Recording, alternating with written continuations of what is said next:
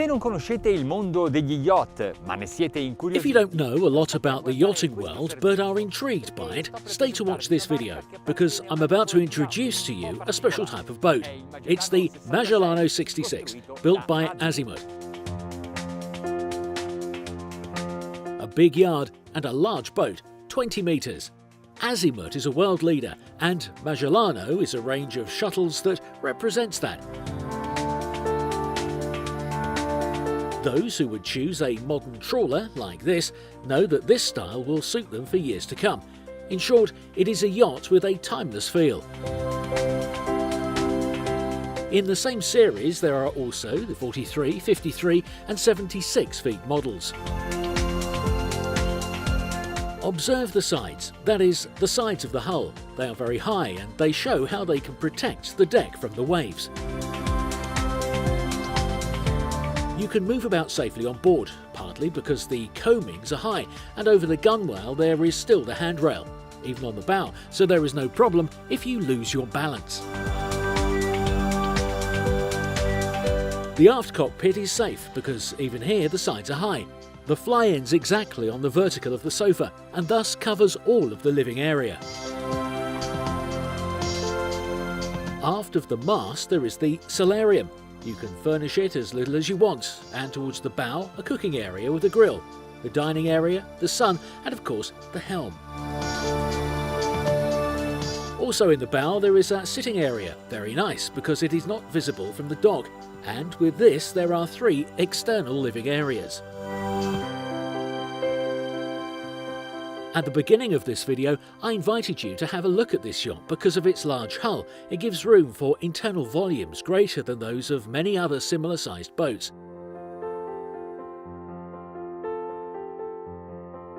Entering the salon, you have the feeling of being in touch with the outside, and if the boat is located in a natural paradise, it is worth it to have this whole glass area. The large L-shaped sofa is in front of another sofa. In the living area there is a table for 6 people.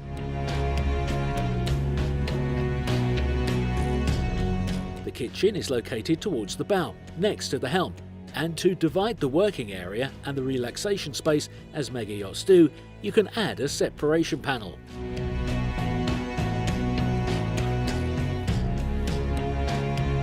The only mistake that you should not make on these boats, at least if they are not intended for rental, is to reduce the size of the cabin.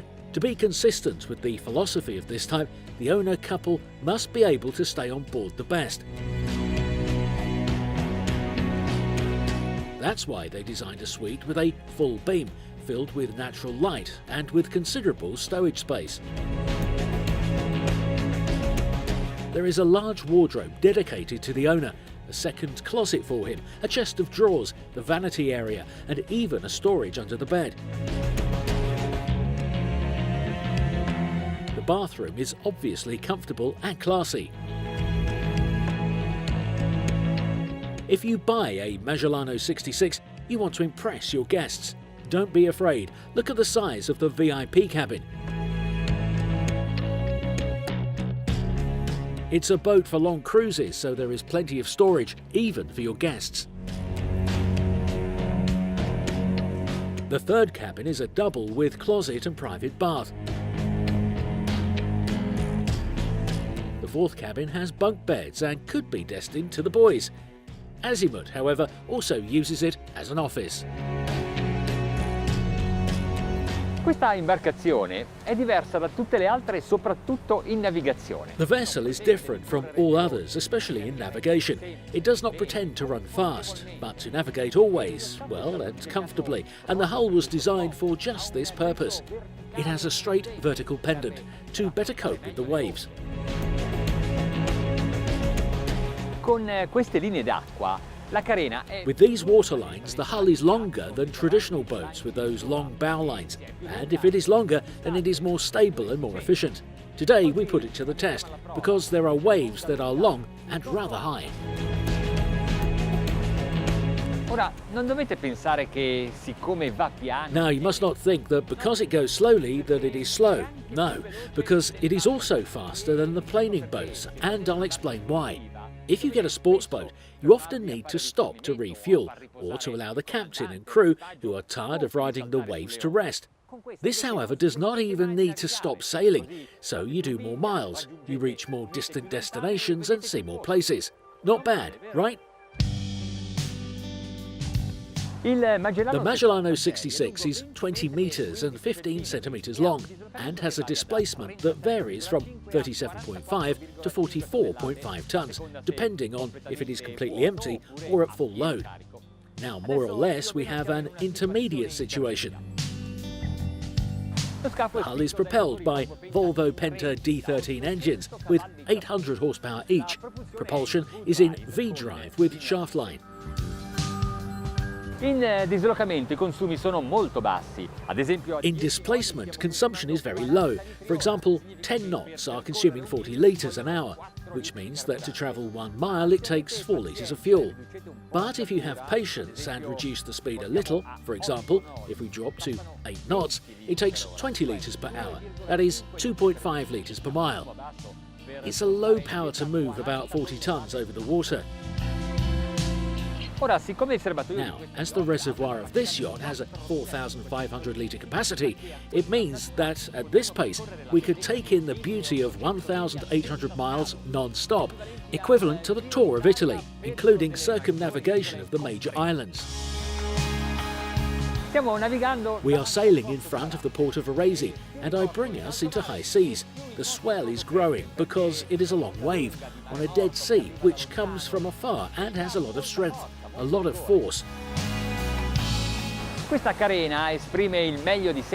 This hull expresses the best of itself when in displacement and when planing.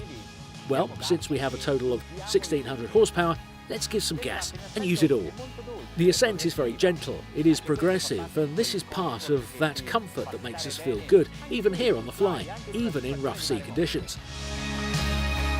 Con I motori a 1750 giri siamo a 16 nodi di velocità. With the engine at 1,750 RPM, we are 16 knots, and this is an excellent cruising speed. Obviously, consumption increased. We are using about 140 litres an hour total. Now let's take it to 2,000 RPM. The maximum speed can be considered cruise for the D13 Volvo Penta, and the speed rises. 18.5, 18.8, 19 knots.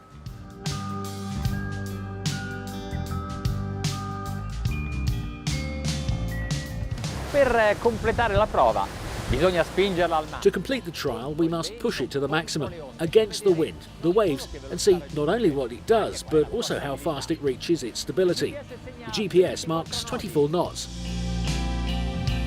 Non me l'aspettavo una velocità così alta da un'imbarcazione di questa tipologia. Il merito è della carena. I was not expecting it to go so high with this type of boat.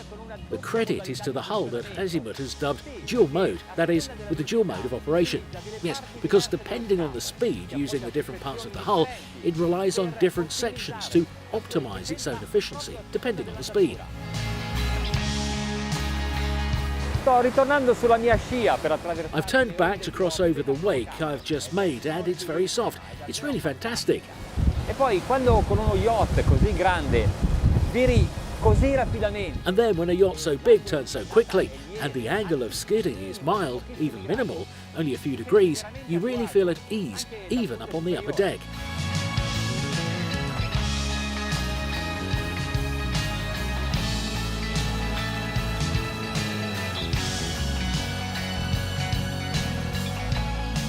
Allora, che ne pensate di questo yacht? Avete deciso cosa farete? So, what do you think of this yacht? Have you decided what you will do when you win the lottery? Will you choose a fast boat or a slower shuttle? Which could go quite fast anyway.